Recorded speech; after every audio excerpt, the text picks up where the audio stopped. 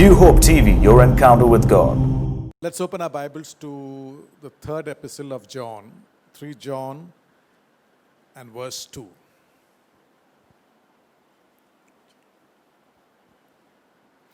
John and verse 2. Beloved, I pray that you may prosper in all things and be in health just as your soul prospers. Nobody heard that? I said, beloved, I pray that you may prosper in all things and be in health just as your soul prospers. Hallelujah. Hallelujah. Hallelujah. Amen. I want to talk today about something that I haven't spoken too much of here. That is prosperity and health. I believe that our God wants to prosper His children. He wants to prosper us in every area of our life. Matthew 4:23 says, Jesus went about all Galilee teaching in the synagogues, preaching the gospel of the kingdom, healing all kinds of sicknesses and all kinds of diseases among the people. In Matthew 10:8, He commissioned the disciples, go heal the sick, cleanse the lepers, raise the dead, cast out demons. Freely you have received, freely give. Acts 10:38 says, how God anointed Jesus of Nazareth with the Holy Spirit and with power, who went about doing good and healing all who were oppressed by the devil. All who were oppressed by the devil in many forms. All who were oppressed by the devil in any kind of form, Jesus healed all of them. And that's what Anuvanti was saying. The devil can oppress us with many things. The devil can oppress us with past hurts, past cuts, past wounds, sicknesses, spirit, soul, and body, and he can oppress us. But Jesus was anointed to set us free.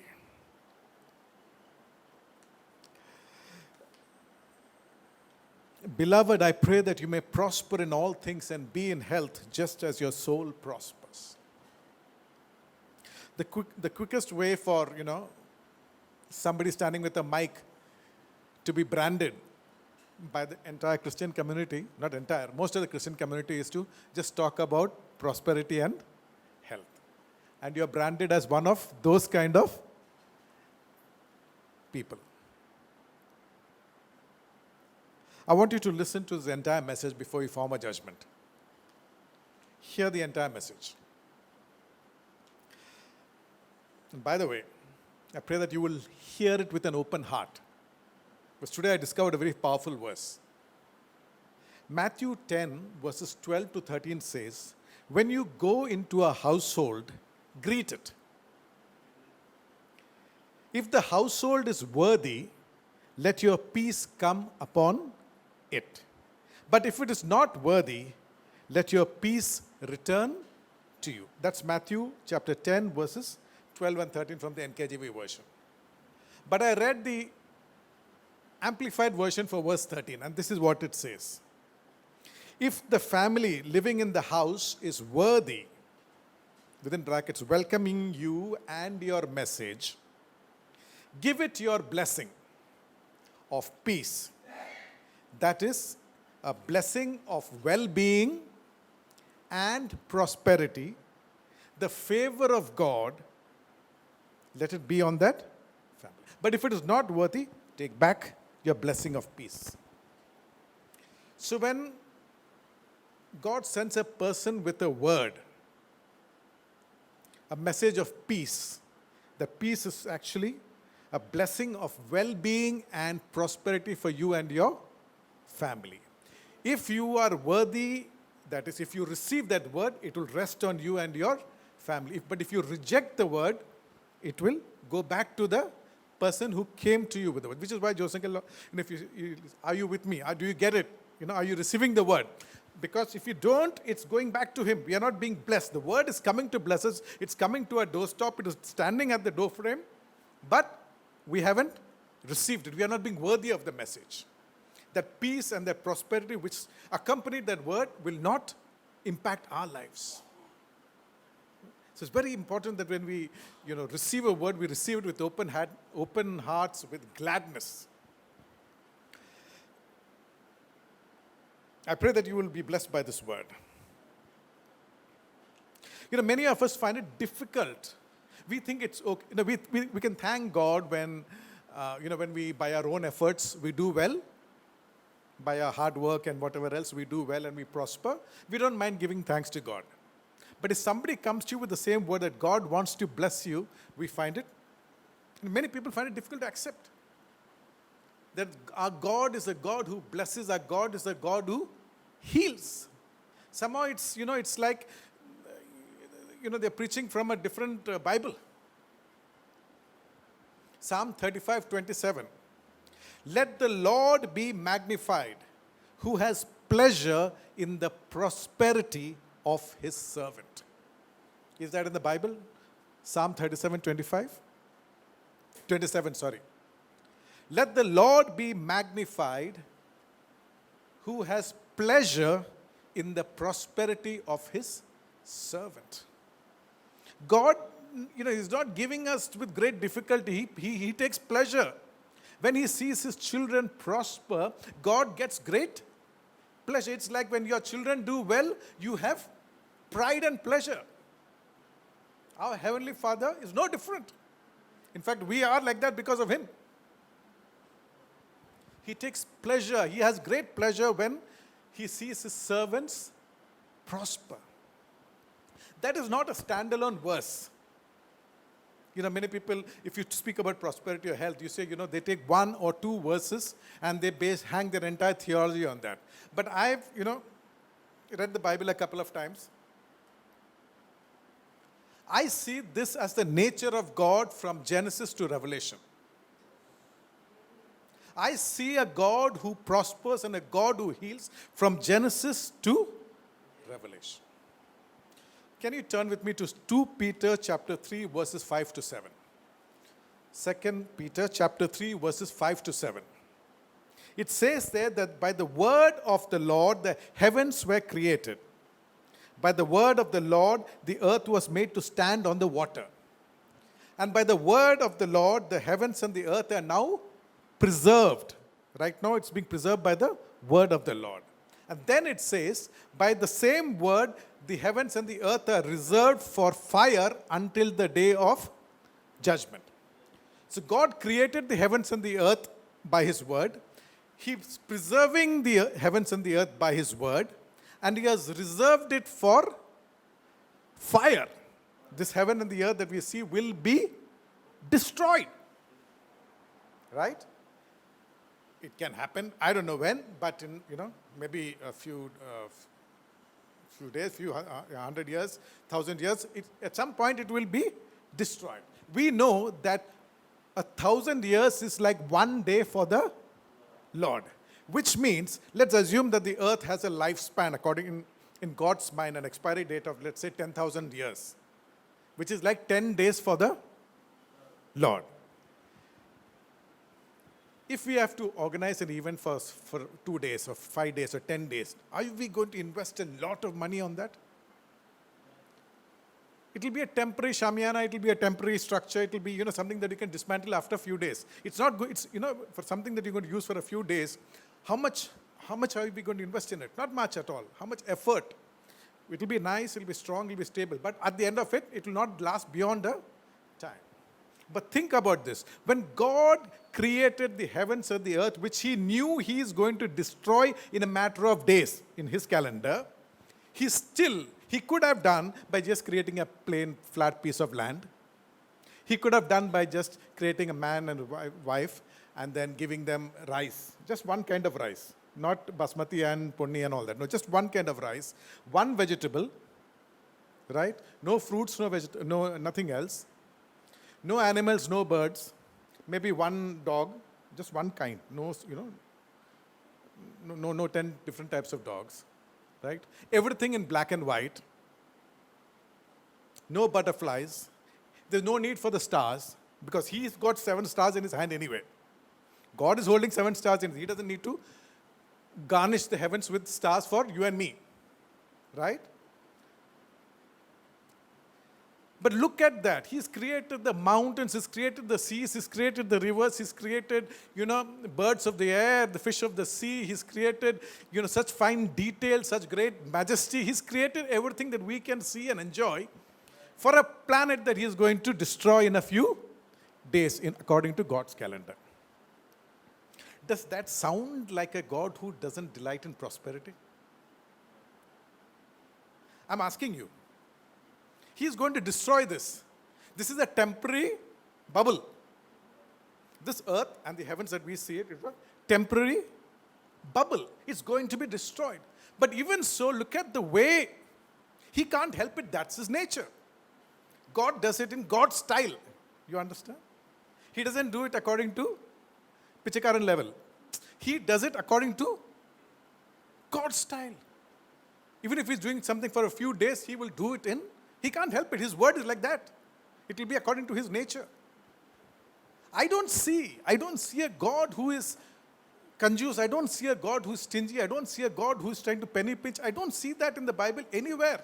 For something that is going to destroy, if He's taken, He's so lavish. I mean, have you even seen the beauty? I don't know if any of you have gone snorkeling or diving, but I mean, there is an even more beautiful world down below. I mean, it's just so beautiful. We haven't seen anything yet of the world that's going to be destroyed. And He's a God who will be tight-fisted when it comes to prospering His children. He's a God who doesn't want to heal you. I mean, does it fit with anything that the Bible tells us of God? I'm trying to find that kind of a God who doesn't prosper, who doesn't heal from this Bible, and I'm yet to find Him.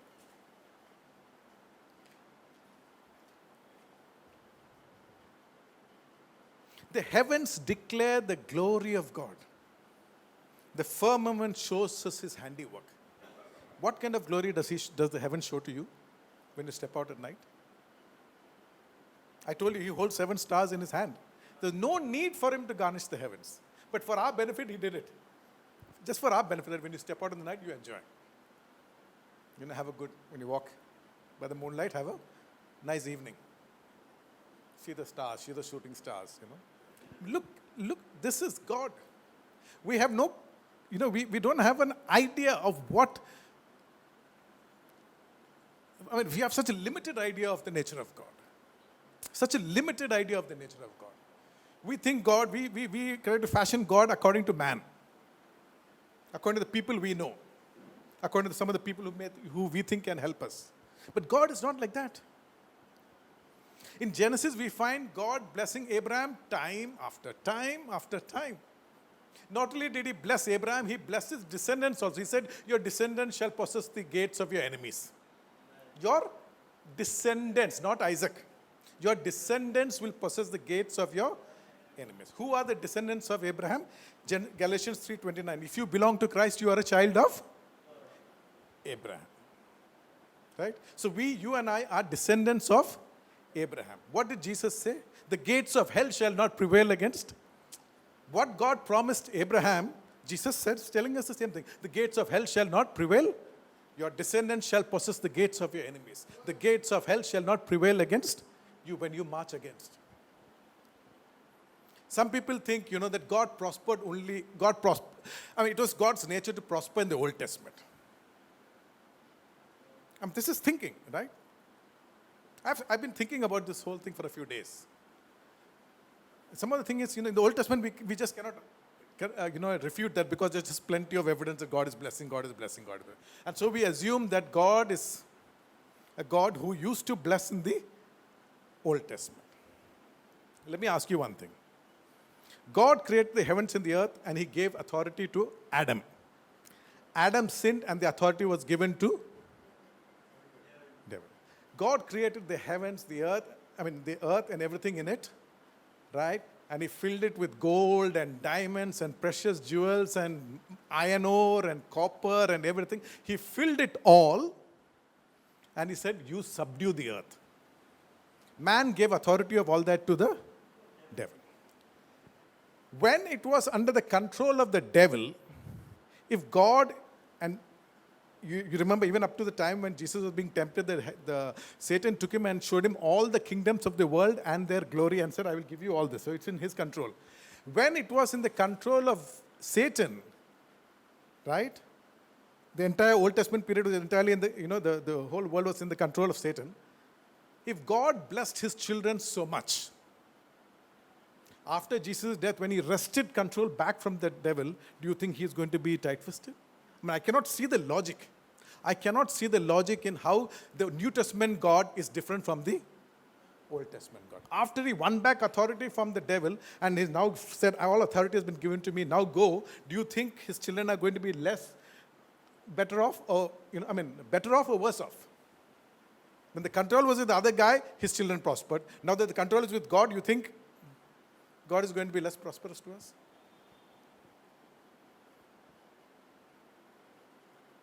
If he was like that in Genesis with Abraham, let me tell you, Malachi 3:6 says, the end of the Old Testament says, I, the Lord, do not change.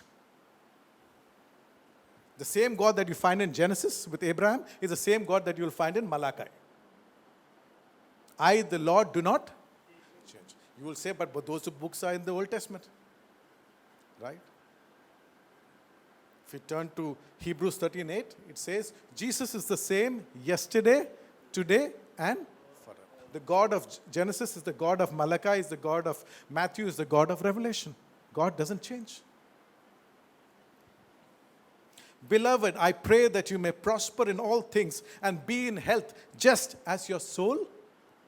I pray that you may prosper in all things. What should be your expectancy? What should my expectancy be? I pray that you will prosper in all things and be in health, just as your soul prospers. Did you know that 3 John 2 is in the New Testament? 3 John 2 is in the New Testament. And who's writing this? A man who was leaning full-time on the bosom of Jesus, who knew the heartbeat of Jesus, who knew the heart rate of Jesus, is the one who's saying, I pray that you may prosper in all things. This is not Judas Iscariot writing. This is the disciple whom Jesus loved writing. Romans 8:32. He who did not spare his own son, but delivered him up for us all, how shall he not with him also freely give us all things? Is that in your Bible? Is that in your Bible? Do you want it? Do you want it? Nobody wants it. Do you want it? It is there in your Bible. It's for us. This book has been written for us, that we might know what is in for us, what has been kept for us in the bank of heaven, that we might write a check and draw it. Now listen, John did not say, I wish that you prosper in all things. He did not say that I hope you prosper in all things. John wrote, I pray that you prosper in all things. It was not a vague hope. Sometimes we pray like that, Some of our prayers are like that, vague, hopeful lines to God. But John is saying, I pray that you may prosper in all things. If you turn to the first epistle of John, same author, same apostle, he writes something. 1 John 5:14. Before he wrote 3 John 2, he wrote 1 John 5:14. And in that he says, now this is the confidence that we have in him, that if we ask anything according to his will, he hears us. If we ask anything according to his will, he hears us. So 2 chapters later when John writes, I pray that you will prosper in all things. Is that according to the will of God? So it is the will of God that we prosper in all things. It is the will of God that we be in health, even as our soul prospers. It is the will of God. This is written. I mean, you tell me. Anybody who has a problem against, prosperity and health has to remove huge parts of the Bible. And we'll be left with only the chapter title and, page number, I think. You tell me from the Bible, show me the God who delights in your misery. Show me your God. Show me the God of the Bible who delights in your misery. By the way, I'm yet to find a person who gets up in the morning and says, Lord, fill my day with misery. Lord, let the portion of my children be misery. I don't know. But yet they have a problem if we say, the Lord will bless you, the Lord will heal you. God has decided to bless us. And no one can stop him. No one can stop him except me or you. If the Lord wants to bless me, the only person who can stop that blessing is me. If the Lord wants to bless you, the only person who can stop that blessing coming your way is you. But if you receive the word, if you receive the peace, it will rest on you and your household, your children and your descendants. In Luke 4:4, it says, Jesus saying, no, Luke chapter 4, verse 25, I tell you, many widows were there in Israel during the days of Elijah, when the heavens were shut up for 3 years and 6 months, and there was a great famine throughout the land. In the time of Elijah, there was a great famine. There was a huge economic crisis in that land. Nobody had any money. There was a famine. Whatever he did not prosper. It just went down. And there were many widows, people who had no provision at all in the end. Many, many widows, Jesus is saying, many widows in the land of Israel. But to not one of them was Elijah sent except to the widow of Zarephath, who's basically in Lebanon, not even in Israel. So God was looking for people, children who will accept his word, who are willing to receive his word of blessing and peace and provision. But they say, no, God will not bless. They are looking at the atmosphere. They're looking at the environment. They're looking at the news forecast. They're looking at the weather forecast. They're looking at, and they're saying, God cannot bless us. This is famine. But God is waiting. God is waiting to see, I want to bless that lady, I want to bless that lady, I want to bless that house, I want to bless. But nobody is willing to receive his word. Nobody is willing to receive. No one is willing to look to. Finally, God says, okay, no, I can't find anyone. He's been searching for 3 years and 6 months. He can't find anybody after searching for 3 years and 6 months. Finally, he looks and there he finds a widow in Zarephath who will receive the word. Can you imagine? God's children unable to look to the Lord. God's children unwilling to look to the Lord. He's waiting for 3 years, he's searching. The eyes of the Lord range to and fro, right, to see whom he may strengthen. He's been searching for 3 years and 6 months. Who can he bless? Who can I bless? Who can I bless? Who can I bless? Up and down, left and right. He's looking for somebody to bless. But the people are saying, God will not bless. God will not bless. This is what the economists said. This is what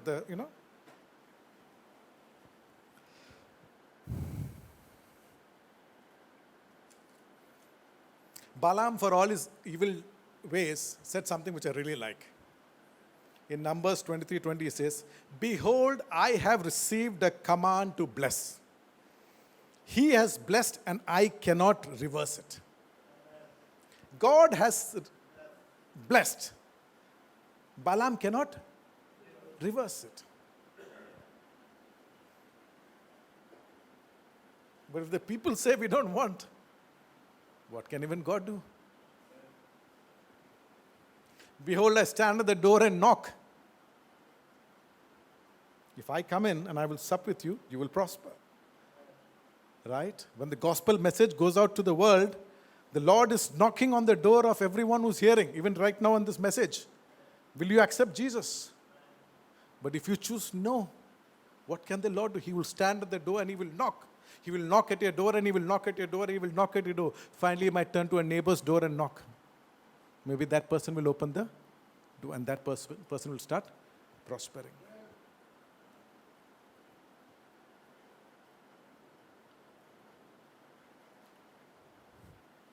Listen, will God's people always be prosperous? You know, I think from what I can read from the Bible, there may be times that God's children go through tough times. There may be times when God's people will go through tough times. John is writing this letter to a person called Gaius. Obviously, he is not prospering. Otherwise, John would not have had to pray, I pray that you will prosper. He's a man who's prospering in his soul, but there's something lacking in his health and something lacking in his finances or whatever other area, right? So he's going through a period like that. And therefore, John is praying. Inspired by the Holy Spirit, John is praying, I pray that you will prosper. I pray that you will be in health.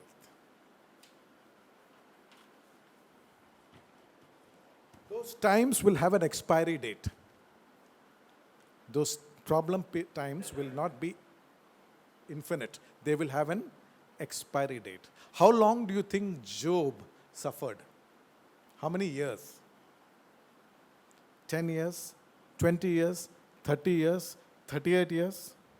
How long do you think Job suffered?